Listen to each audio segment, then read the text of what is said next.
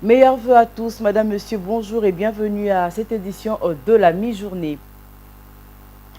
À la une de l'actualité, ils n'ont pas voulu déroger à la règle. Le couple présidentiel a présenté à la nation congolaise le vœu de fête de nativité et de fin d'année pour l'année 2025 qui pointe à l'horizon. C'est aussi une occasion pour le couple présidentiel d'encourager et de reconnaître ce qui reste à faire afin que la République démocratique du Congo aille de l'avant dans la paix et la concorde nationale. Suivez.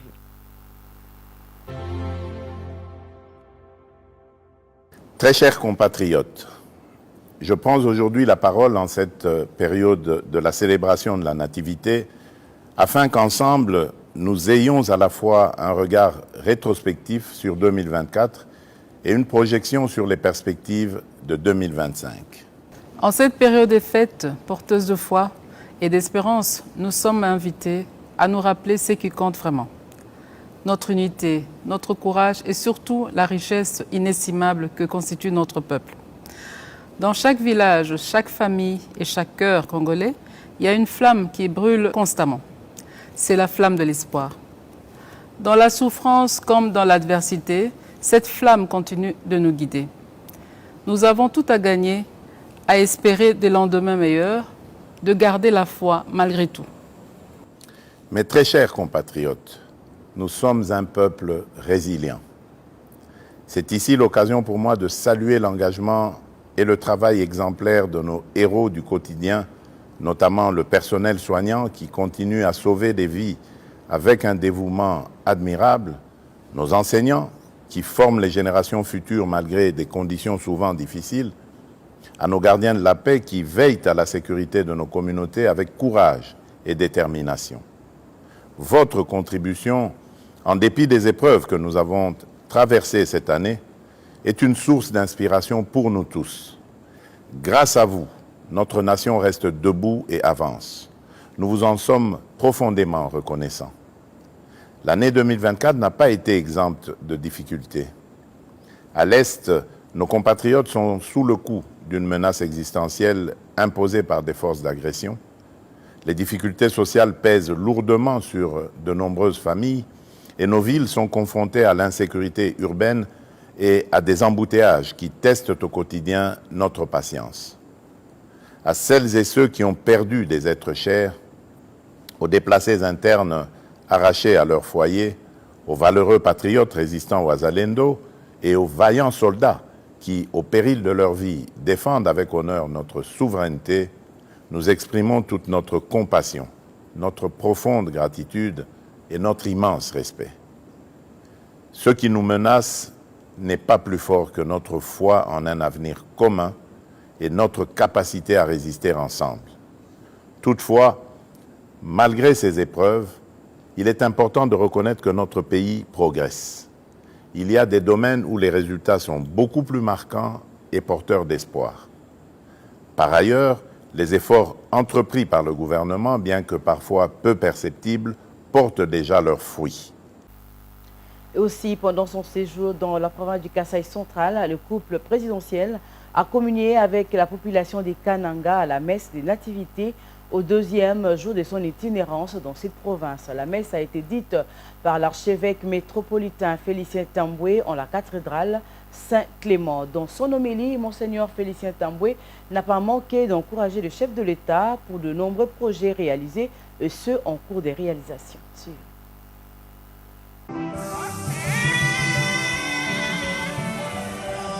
Au deuxième jour de son itinérance dans la province du Kasaï central, le président Félix Tshisekedi, accompagné de la distinguée première dame Denise Nyakero Tshisekedi, a participé à la messe de nativité officiée par l'archevêque métropolitain de Kananga, Félicien Tamboué, en la cathédrale Saint-Clément. Dans son homélie, Monseigneur Félicien Tamboué a invité le chrétien à bâtir leur vie à l'exemple du Christ. Il a insisté sur l'abandon de l'individualisme, du mensonge, de la malhonnêteté et d'autres anti-valeurs qui contrastent avec le modèle du Christ. L'archevêque métropolitain de Kananga a présenté ses vœux au couple présidentiel et a félicité le chef de l'État pour le nombreux projets réalisés ou en cours de réalisation. Excellences, Messieurs le Président, de la République et chef de l'État. Nous voulons ici vous exprimer notre reconnaissance sincère pour les réalisations qui, sous votre impulsion, soulagent la misère de la population kassaïenne. C'est notamment la construction de la route nationale numéro 1 qui avance et dont nous espérons qu'elle ne tardera plus à traverser tout l'espace kassaïen. C'est l'établissement des bases logistiques importantes pour la construction de la route nationale numéro 2. Les centres communautaires, les écoles, les universités et autres bâtiments publics récemment construits ou réfectionnés ça et là. Le barrage de Toubitoubidi, qu'on peut reproduire dans toutes nos provinces et qui donne aujourd'hui de l'électricité à Miabi, à Kabeya-Kamwanga et à une partie de Mbujimaï. La réalisation de plusieurs œuvres sociales par tous les diocèses de notre pays grâce au financement du Trésor public. Et ceci est une première dans l'histoire de notre pays. Pour lui, les routes, l'électricité et le travail constituent le principal préoccupation de la population du Kasaï central. Monseigneur Félicien Tamboué a tenu à encourager le président Félix Tshisekedi dans sa détermination à construire la route Kananga-Kalamba-Mbouji qui devrait permettre, selon lui, à la population d'importer et d'exporter le produit.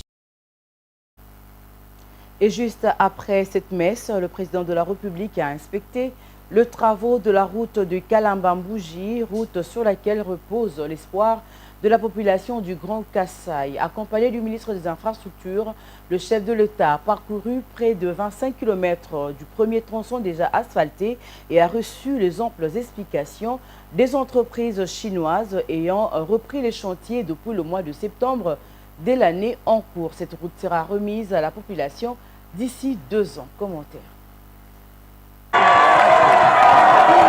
Le président de la République, Félix Antoine Tshisekedi Tshilombo, a consacré l'après-midi de la journée de nativité à l'inspection de la route de Kalamba-Mbouji sur laquelle repose l'espoir de la population des Kananga.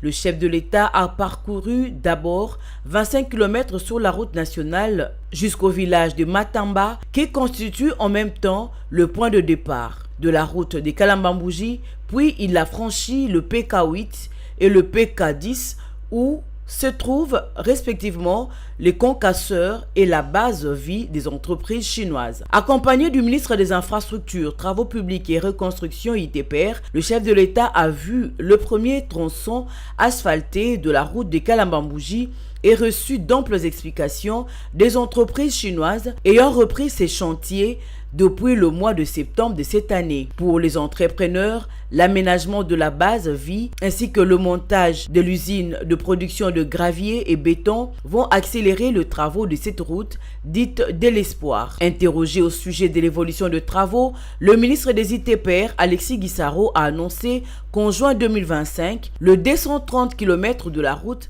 des Kalamba-Mbouji seront rendus praticables en attendant les grands travaux d'assainissement et de la pose du bitume. Quant à la remise de cette route, elle est projetée dans 2 ans. La route des Kalamba-Mbouji est d'une importance stratégique pour le Kasaï central. Non seulement elle relie la ville de Kananga à l'océan Atlantique par le port de Lobito, mais elle va aussi participer au désenclavement de l'espace Grand Kasaï et ouvrir la voie vers l'Afrique australe. Cette route de l'espoir favorise le commerce transfrontalier entre le Grand Kasaï et l'Angola. À son arrivée à Kananga mardi, le chef de l'État s'était adressé à la population réunie à la place de l'Indépendance en s'engageant à achever la construction de cette route avant la fin de son mandat.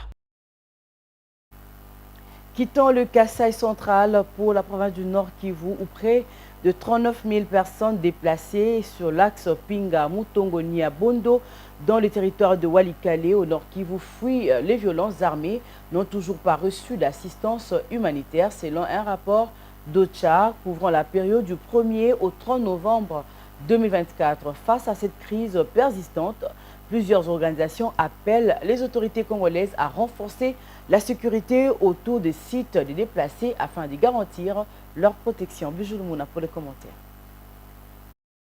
Depuis le 20 octobre de l'année en cours, les déplacés fuyant les violences armées dans la région se retrouvent sans accès suffisant à la nourriture, aux soins médicaux ou à des abris adaptés. Bien que certaines ONG fournissent des médicaments à l'hôpital général de référence de Pinga et que les autorités sanitaires locales aient envoyé du matériel médical en urgence, les besoins restent énormes et largement non satisfaits. Les affrontements armés dans les territoires de Walikale ont provoqué la mort d'au moins 34 civils et fait des centaines de blessés depuis le 20 octobre, selon des données des Nations Unies. Ces violences ont entraîné des déplacements massifs, touchant plus de 34 000 personnes, selon des sources locales. Les secteurs de la santé dans la zone est particulièrement affecté.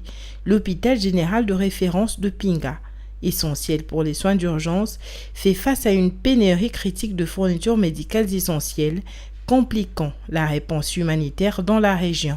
Les Nations Unies ont exprimé leur inquiétude face à l'aggravation des conditions de sécurité et à la multiplication des attaques contre les sites des déplacés. Entre juin et octobre, plus de 100 attaques ont été signalées dans des zones de santé de Goma, Nyiragongo et Massissi, causant la mort d'au moins 18 déplacés. Ces attaques incluent des meurtres, des vols à main armée, des agressions sexuelles, du travail forcé, des extorsions et des pillages, affectant principalement les femmes, les enfants et les personnes les plus vulnérables. Malgré ces difficultés, les organisations humanitaires continuent de fournir une aide notamment aux nourritures, eau potable et soins de santé à plus de 650 000 déplacés autour de Goma. Cependant, la présence des groupes armés dans les environs des sites complique l'accès à la distribution de cette aide. Face à cette crise persistante, plusieurs organisations ont appelé les autorités congolaises à renforcer la sécurité autour des sites des déplacés afin de garantir leur protection et d'assurer des conditions de travail sûres pour les humanitaires.